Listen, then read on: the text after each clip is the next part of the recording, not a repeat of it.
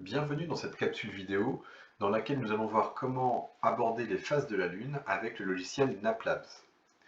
Pour cela, une fois que le logiciel est ouvert, allez choisir le module numéro 6 qui s'appelle les phases de la Lune. Dans la nouvelle fenêtre qui s'ouvre, vous allez choisir Moon Bisector Demo.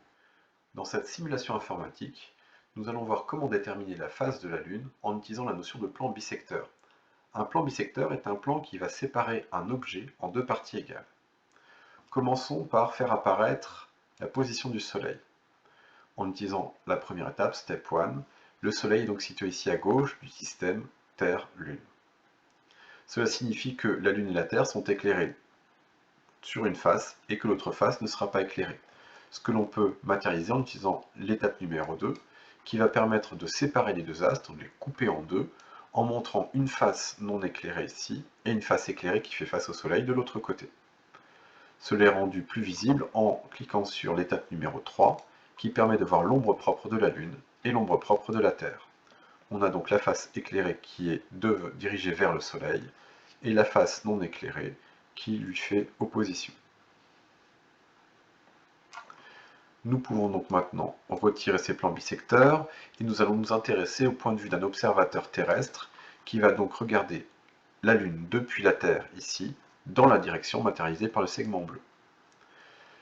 L'observateur pourra donc voir une face de la Lune, tandis que l'autre face ne sera pas visible. Ce que l'on peut matérialiser avec à nouveau des plans bisecteurs, qui vont couper la Lune en une face non visible, la face cachée ici, et une face visible, la face qui est devant la Terre. Nous pouvons à présent déterminer la face de la Lune en cliquant sur l'étape numéro 6, et on voit ici qu'il s'agit du dernier quartier, puisque depuis la Terre, nous voyons bien un quart de la Lune éclairé, et il correspond au dernier quartier. À tout moment, vous pouvez modifier la direction du Soleil en utilisant le curseur Sun Direction. Vous pouvez modifier la position de la Lune dans sa trajectoire autour de la Terre en utilisant le curseur Moon Position. Et vous pouvez également changer de perspective en vous mettant du point de vue depuis la Terre ou bien en vous situant en vue entre guillemets du dessus en observant cette fois-ci l'intégralité de la trajectoire de la Lune autour de la Terre. Vous pouvez également réinitialiser tous les réglages en cliquant en haut à droite sur le bouton Reset. Nous pouvons par exemple nous entraîner à observer une face de la Lune en changeant la direction du Soleil et en lançant l'observation. Premier point, il faut quand même montrer la direction du Soleil, que nous allons modifier ici par exemple. Nous allons donc pouvoir faire apparaître la partie éclairée et non éclairée.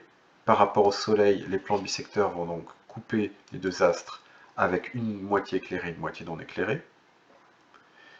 Nous allons ensuite pouvoir matérialiser l'angle sous lequel on voit la Lune depuis la Terre. Nous changeons la perspective en nous mettant sur un point de vue terrestre. Et nous voyons ici qu'il s'agira d'une Lune gibbeuse, ce que l'on peut voir avec l'étape numéro 6.